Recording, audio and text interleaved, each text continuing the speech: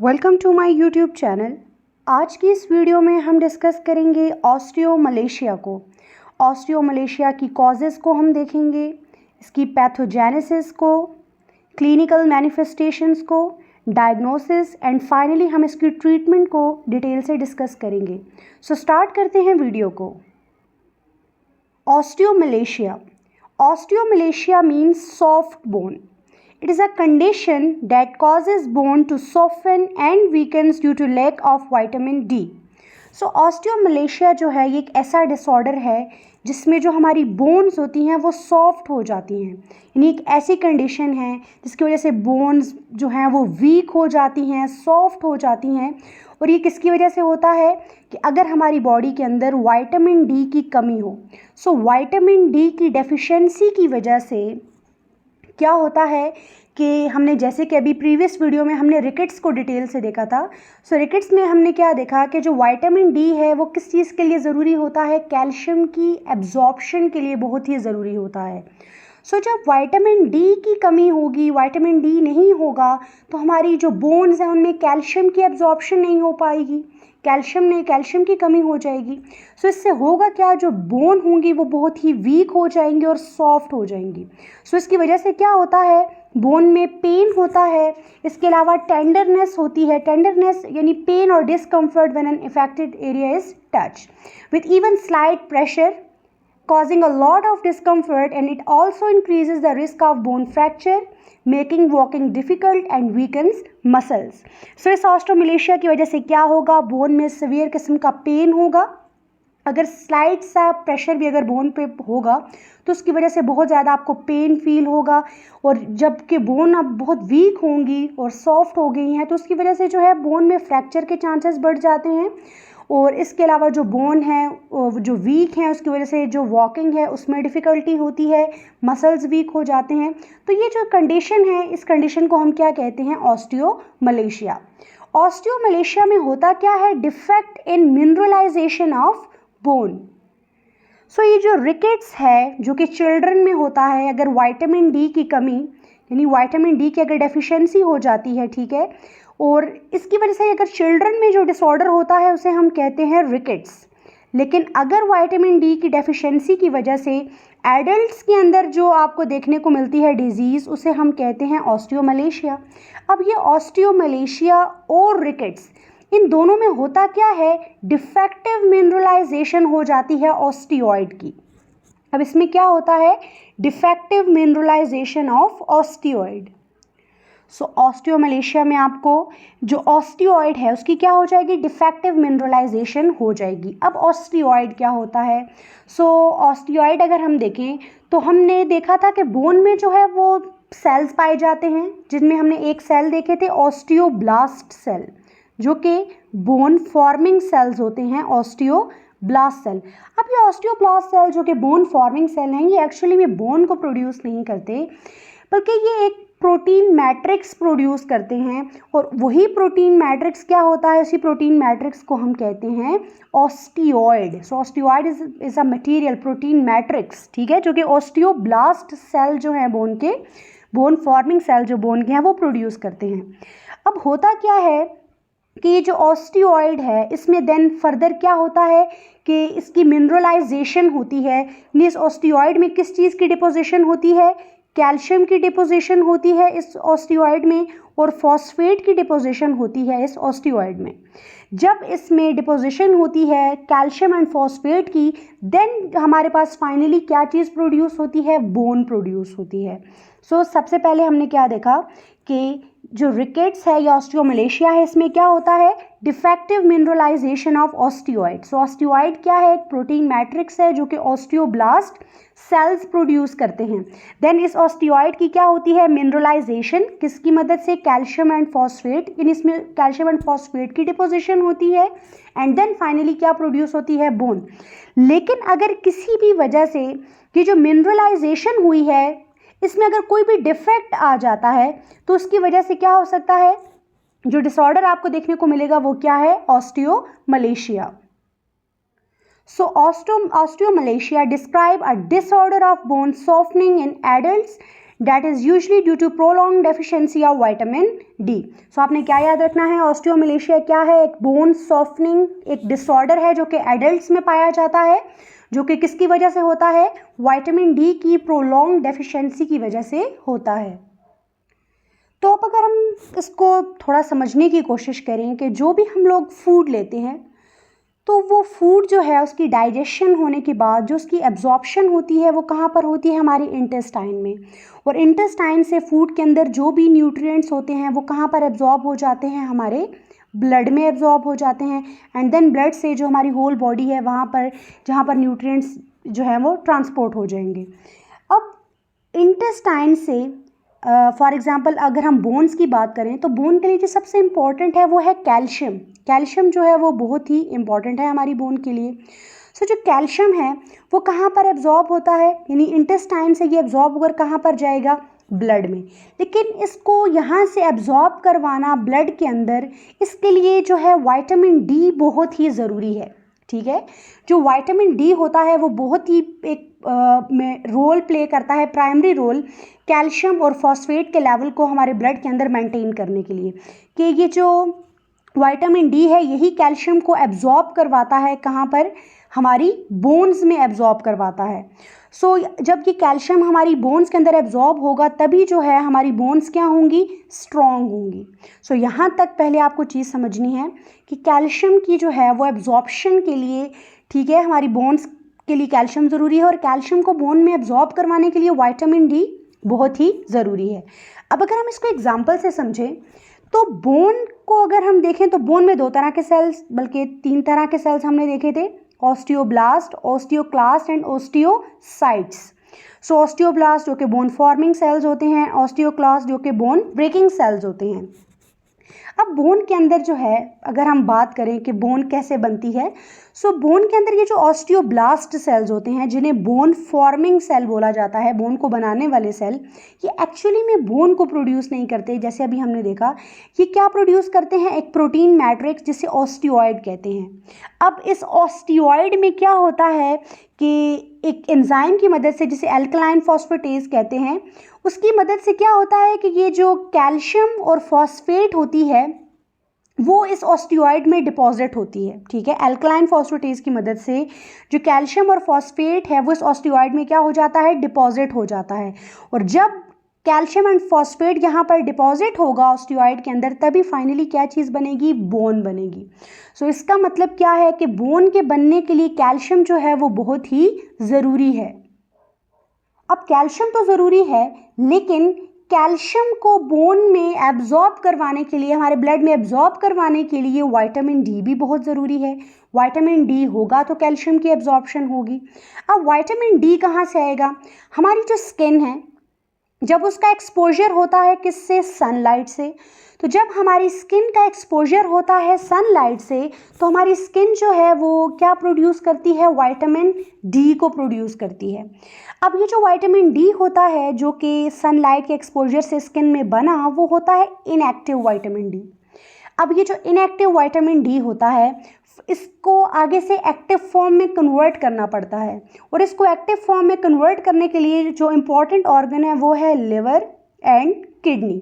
So first of all देखिए, अगर हम चाहे डाइटरी इनटेक कर रहे हैं विटामिन डी का, कोई फूड ले रहे हैं ऐसा जिसमें विटामिन डी है, या फिर हम लोग सनलाइट से जो विटामिन डी है वो बन रहा है, तो किसी भी फॉर्म में विटामिन डी हो, सबसे पहले वो इनएक्टिव होता है। ठीक है, उसको एक्टिव फॉर्म में कन्वर्ट करने के लिए liver and kidney important role play करते हैं। होता क्या है कि जो हमारा लिवर है, फर्स्ट ऑफ ऑल हम लिवर की बात करते हैं। सो लिवर क्या करता है कि लिवर के अंदर एक एंजाइम होता है जिसे कहते हैं 25 हाइड्रोक्सिलेज।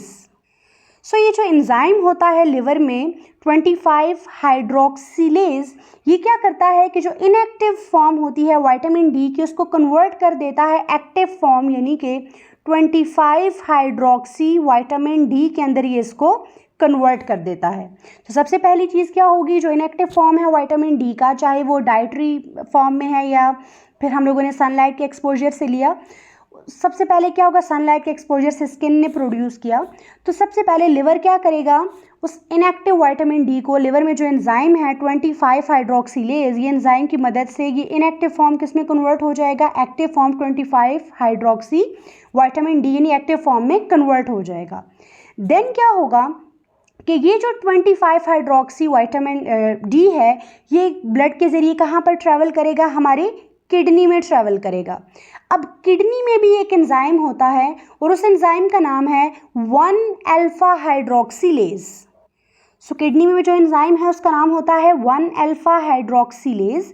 अब ये क्या करेगा कि ये जो 25 हाइड्रोक्सी है इसको कन्वर्ट कर देगा 125 हाइड्रोक्सी विटामिन डी है जिसे कैल्सीट्रायोल कहा जाता है, यानी कि एक्टिव फॉर्म में कन्वर्ट कर देगा।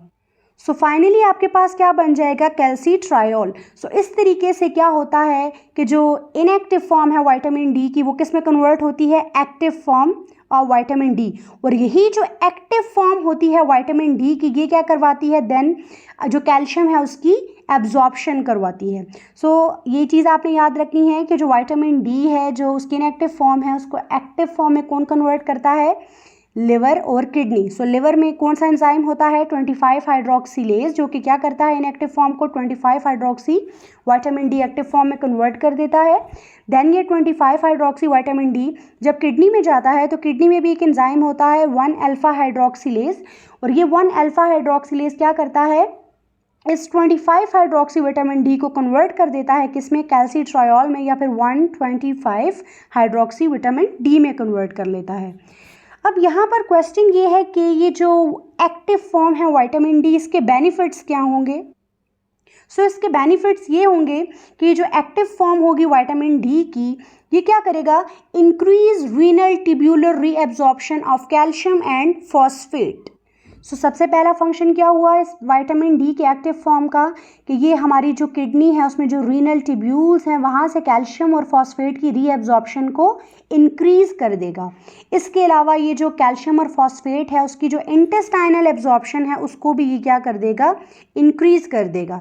सो जो इंटेस्टाइनल एब्जॉर्प्शन है विटामिन डी ये क्या करेगा, जो इंक्रीज करेगा कैल्शियम और फॉस्फेट की इंटेस्टाइनल एब्जॉर्प्शन को भी। तो ये दो फायदे होंगे किसके, active form of vitamin D के। तो जब कैल्शियम होगी अवेलेबल, ज़्यादा एब्जॉर्प्शन होगी तो बोन क्या बनेगी, हेल्दी बनेगी। लेकिन अगर विटामिन डी की क्या हो जाती है, डेफिशिएंसी हो जाती है, विटामिन डी की कमी हो जाती है किसी भी वजह से, तो क्या होगा, कैल्शियम हमारे बोन्स के अंदर एब्जॉर्ब नहीं हो पाएगी। तो जब कैल्शियम बोन में एब्जॉर्ब नहीं हो पाएगी तो बोन्स जो बनेंगी वो कैसी बनेंगी, वीक बोन बनेगी। और उन वीक बोन में जो है वो इजीली फ्रैक्चर हो सकती हैं, स्पेशली जो वेट बियरिंग बोन्स होती हैं, हिप बोन होगी, वर्टिब्रा, इन सब में फ्रैक्चर के चांसेस बहुत ही बढ़ जाते हैं। तो ये कंडीशन जो एडल्ट में आपको देखने को मिलती है विटामिन डी की डेफिशिएंसी की वजह से, इसी को हम क्या कहते हैं, ऑस्टियोमलेशिया। नेक्स्ट बात करते हैं इटियोलॉजी ऑफ ऑस्टियोमलेशिया। क्या ऑस्टियोमलेशिया की कॉजेज़ क्या हैं, किस वजह से ये होता है। तो सबसे पहली वजह हमने देखी विटामिन डी की डेफिशिएंसी। अब विटामिन डी की कमी है तो उसकी वजह से क्या होगा, कैल्शियम एब्जॉर्ब नहीं होगी बोन्स में और बोन्स में वीक बनेंगी, सॉफ्ट बनेगी, जिसकी वजह से ऑस्टियोमलेशिया होगा। अब विटामिन डी की डेफिशिएंसी किस वजह से हो सकती है, डिक्रीज एक्सपोजर टू सनलाइट। तो जैसे कि अभी हमने देखा कि सनलाइट से जब हमारी स्किन का एक्सपोजर होता है तो विटामिन डी जो है वो बनता है। तो अगर आपका सनलाइट से एक्सपोजर बहुत ही कम है, या आप आउटडोर एक्टिविटी जो है आपकी बहुत कम है, या फिर आप सनस्क्रीन लगाते हैं, तो उस वजह से भी क्या हो सकता है कि जो आपकी स्किन है वो विटामिन डी नहीं बनाएगी, तो उसकी वजह से ऑस्टियोमलेशिया हो सकता है। Second, liver and kidney problem. So अगर कोई भी पेशेंट है उसको कोई रीनल डिसऑर्डर है, ठीक है, किडनी का, तो अभी हमने देखा अगर कोई किडनी डिसऑर्डर है तो क्या होगा कि जो 25 हाइड्रोक्सी जो विटामिन डी है वही आगे किस में कन्वर्ट होता है, कैल्सीट्रायोल में। तो अगर किडनी डैमेज होगी तो वो आगे से एक्टिव फॉर्म में कन्वर्ट नहीं हो पाएगा। सेकंड, अगर हम बात करें किडनी के अलावा तो जो ये हेपेटिक डिसऑर्डर होते हैं लिवर के, क्योंकि लिवर भी तो विटामिन डी की एक्टिवेशन में हेल्प कर रहा है, तो अगर उसमें कोई डिसऑर्डर आ जाता है तब भी विटामिन डी की डेफिशिएंसी होगी। या फिर किसी भी वजह से विटामिन डी की एब्जॉर्प्शन ही नहीं हो पा रही, यानी कि इंटेस्टाइन में कोई डिसऑर्डर है, इंटेस्टाइनल डिसऑर्डर, कोई डिजीज़ है आपको, जैसे सीलिएक डिजीज़ हो गई, क्रोहन डिजीज़। तो अगर कोई इंटेस्टाइनल डिजीज़ है तो उसमें भी हो सकता है कि विटामिन डी आप फूड में तो ले रहे हैं, ठीक है, आप फूड ले रहे हैं लेकिन वो एब्जॉर्ब नहीं हो पा रहा, तो उसकी वजह से भी क्या हो सकता है, विटामिन डी की डेफिशिएंसी हो सकती है। या फिर मैल न्यूट्रिशन भी हो सकती है कि अगर आप प्रॉपरली डाइट नहीं ले रहे, ठीक है, ना कैल्शियम ले रहे हैं, ना फास्फेट, ना विटामिन डी, तो इस वजह से भी हो सकता है विटामिन डी की डेफिशिएंसी। और अभी हमने देखा कि विटामिन डी जो है वो किसके लिए एसेंशियल होता है, कैल्शियम की एब्जॉर्प्शन और बोन हेल्थ को मेंटेन करने के लिए। सो इसी तरीके से फॉस्फेट की अगर डेफिशिएंसी हो, कैल्शियम का लेवल लो हो, मिनरल्स जितने भी हैं उनकी डेफिशिएंसी हो जाए माइल न्यूट्रिशन की वजह से, या फिर इनहेरिटेड डेफिशिएंसी हो जाए एल्कलाइन फॉस्फेटेज की, जो कि मैंने अभी आपको बताया कि ये जो एल्कलाइन फॉस्फेटेज है ये क्या करता है, helps the calcium and phosphate from the blood to deposit in the osteoid. So जो आपके ऑस्टियोब्लास्ट सेल्स हैं, उन्होंने जो ऑस्टियोइड प्रोड्यूस किया है, प्रोटीन मैट्रिक्स, उस ऑस्टियोइड के अंदर जो कैल्शियम एंड फॉस्फेट है उसको डिपॉजिट करने के लिए कौन हेल्प करता है, यही एल्कलाइन फॉस्फेटेज करता है। तो अगर इसकी कमी हो जाए तो तब भी ऑस्टियोमलेशिया हो सकता है। तो यहाँ पर आपको डायग्रामेटिकली भी वही चीज़ शो हो रही है कि सनलाइट से एक्सपोजर कम होगा, उस वजह से हो सकता है किडनी या लिवर में कोई प्रॉब्लम है, या फिर विटामिन डी की एब्जॉर्प्शन ही नहीं हो रही, तो इन सब वजह की वजह से क्या होगा, ऑस्टियोमलेशिया हो सकता है। इसके अलावा एज और कुछ न्यूट्रिशनल फैक्टर्स जैसे मैंने अभी बताया, इनकी वजह से भी ऑस्टियोमलेशिया हो सकता है। सो नेक्स्ट बात करते हैं इसकी पैथोजेनेसिस की। तो अभी जैसा कि अभी हमने देखा कि ह्यूमन जो है वो विटामिन डी को प्रोड्यूस करता है जब उसका एक्सपोजर होता है सनलाइट से। जब आपकी स्किन जो है वो सनलाइट से एक्सपोज होती है तो वो क्या प्रोड्यूस करती है, विटामिन डी। और ये विटामिन डी जो है वो प्रोसेस्ड कहाँ पर होता है, लिवर में, ठीक है। और लिवर में जाकर ये किस में कन्वर्ट होता है, एक्टिव फॉर्म में कन्वर्ट होता है, ठीक है, कैल्सीडायोल, या जिसे 25 हाइड्रोक्सी विटामिन डी कहते हैं। अब ये कैल्सीडायोल क्या करता है, जो एक्सक्रीशन है कैल्शियम की किडनी से उसको क्या कर देता है, कम करवा देता है, और कैल्सीट्रायोल की फॉर्मेशन को ये क्या कर देता है, इंक्रीज कर देता है। और यही कैल्सीट्रायोल जाकर कहाँ पर एक्ट करता है, स्मॉल इंटेस्टाइन पे, और जो कैल्शियम की एब्जॉर्प्शन है उसको इंक्रीज करता है। तो अगर आपके पास जो विटामिन डी है वो लेस हो तो उसका मतलब क्या है कि आपके पास लेस कैल्सीट्रायोल और कैल्सीडायोल की फॉर्मेशन होगी। और बोन क्योंकि जो है वो तो कॉन्स्टेंटली रिबिल्ट और ब्रोकन होती हैं, तो इसकी वजह से उनको कैल्शियम अवेलेबल नहीं होगा। तो जब जो न्यू बोन्स बनेंगी उनमें क्या होंगी, लेस मिनरलाइज्ड होंगी, जिसकी वजह से बोन क्या होंगी, वीक होंगी, और फाइनली आपको क्या कंडीशन देखने को मिलेगी, ऑस्टियोमलेशिया। यहाँ पर आपने 2 पॉइंट जहन में रखने हैं कि ऑस्टियोमलेशिया में आपने 2 चीज़ें जो हैं वो बहुत इंपॉर्टेंट हैं। एक तो है विटामिन डी, दूसरी चीज़ है पैराथायरॉयड ग्लैंड जो आपके नेक में है, ठीक है, थायरॉयड ग्लैंड के पीछे जो पैराथायरॉयड ग्लैंड है। अब ये जो पैराथायरॉयड ग्लैंड होती हैं आपके नेक में, ये भी प्रोड्यूस करती हैं एक हार्मोन। उस हार्मोन का नाम होता है पैराथायरॉयड हार्मोन, या जिसे पीटीएच भी कहा जाता है। ये पैराथायरॉयड हार्मोन भी क्या करता है कि अगर हमारे ब्लड के अंदर कैल्शियम का लेवल क्या हो, लो हो, तो अगर ब्लड के अंदर कैल्शियम का लेवल जो है वो लो हो तो उसके रिस्पॉन्स में जो हमारी पैराथायरॉयड ग्लैंड है ये क्या रिलीज़ करती हैं, पीटीएच को, पैराथायरॉयड हार्मोन को रिलीज़ करती हैं। ये पैराथायरॉयड हार्मोन क्या करता है कि हमारे बोन में से जो है ये कैल्शियम को रिलीज़ करवाता है, हमारी बोन में से कैल्शियम और फास्फोरस को रिलीज़ करवाएगा। तो आप ज़्यादातर इसमें क्या देखेंगे कि इस पीटीएच की वजह से जो आपके सीरम कैल्शियम लेवल है वो भी आपको ज़्यादा देखने को मिलेगा, और जो यूरिन की अगर हम बात करें तो वहाँ पर फॉस्फेट की है जो उसका लेवल है वो आपको ज़्यादा देखने को मिलेगा। सो ये जो पीटीएच है इसका भी रोल होता है किसमें, इसकी पैथोजेनेसिस में। सो ये पीटीएच क्या करवाएगा, ये भी जाकर किडनी के ऊपर एक्ट करेगा और वहाँ से रीएब्जॉर्प्शन को कैल्शियम की इंक्रीज़ करवाएगा, और इस तरीके से क्या होगा कि ज़्यादा से ज़्यादा जो है वो कैल्शियम जो है वो बोन में जाए और उसकी मतलब बोन जो है वो स्ट्रॉन्ग बोन बने। लेकिन अगर ये ऐसा ना हो तो उसकी वजह से फिर क्या होगा कि ऑस्टियोमलेशिया जो है वो कंडीशन आपको देखने को मिल सकती है। नेक्स्ट देखते हैं क्लिनिकल मैनिफेस्टेशन कि अगर किसी पेशेंट को ऑस्टियोमलेशिया है तो उस पर क्या साइन एंड सिम्टम्स देखने को मिलेंगे। तो एक तो है डिक्रीज विटामिन डी, तो जब विटामिन डी की डेफिशिएंसी होगी तो कैल्शियम की एब्जॉर्प्शन नहीं होगी। जब कैल्शियम बोन में डिपॉजिट नहीं होगा तो बोन कैसी फॉर्म होंगी, वीक बोन फॉर्म होंगी, जिसकी वजह से क्या होगा कि आपकी बोन में जो है वो पेन फेल्ट होगा, और जॉइंट्स में वैडलिंग गेट आपको देखने को मिलेगा। वैडलिंग गेट को मायोपैथिक गेट भी कहा जाता है। So waddling gait is also known as myopathic gait. इसमें ये किसकी वजह से होता है? Because of muscle weakness in the pelvic girdle. तो जो वे वॉकिंग का है वो चेंज हो जाता है, ठीक है। इसमें ईजी फ्रैक्चरिंग, क्योंकि बोन सॉफ्ट है उनमें फ्रैक्चर ईजिली हो सकता है। Then pelvic flattening, bones bend हो सकती हैं। उन वीक बोन्स में जो फ्रैक्चर है वो ज़्यादातर जो है वो वेट बियरिंग बोन्स में होता है, जैसे कि हिप बोन्स हो गई, वर्टिब्रा में हो सकता है। और ये जो बोन पेन जो फेल्ट होता है ये मोस्ट ऑफन कहाँ पर फेल्ट होता है? लेग में और ग्रोइन में। So groin is an area of your hip between your abdomen and thigh. So located where abdomen ends and your legs begin. This area is called groin. Then upper thigh में और knees में जो है वो pain felt होता है. It's sometimes felt in the feet में भी हो सकता है when you stand, walk or run. Trouble getting up from sitting or walking upstairs. तो जब आप स्टेयर्स पे जाते हैं या फिर चल रहे होते हैं या बैठ रहे होते हैं तो तब सिवियर पेन होता है, मसल पेन और वीकनेस देखने को मिलती है। स्पेशली वीक मसल्स होते हैं आर्म्स एंड थाई में। एंड देन आपको यहाँ पर एक और कंडीशन जो याद रखनी है कि partial fracture linked with osteomalacia are called Looser zone. ये लूसर जोन क्या होता है कि एक पार्शियल फ्रैक्चर होता है जो कि ऑस्टियोमलेशिया के साथ लिंक्ड होता है। ये भी बहुत ही पेनफुल होता है और इसमें भी जो चलना होता है वो बहुत ही डिफ़िकल्ट हो जाता है। ओकेजनली इसमें आपको क्रैक्स देखने को मिलते हैं, जैसे कि यहाँ पर आपको पिक्चर में शो हो रहा है। सो जैसे कि ये है, इन क्रैक्स की वजह से क्या हो सकता है कि बोन जो है वो फुल ब्रेक भी हो सकती है, जिसे कंप्लीट फ्रैक्चर भी बोलते हैं। तो पार्शियल फ्रैक्चर को क्या बोलते हैं? Looser zones. और अगर इन्हीं क्रैक की वजह से जो है वो फुल ब्रेक भी हो सकता है, जिसे कंप्लीट फ्रैक्चर कहते हैं। तो ये साइन एंड सिम्टम्स आपको देखने को मिलेंगे ऑस्टियोमलेशिया में।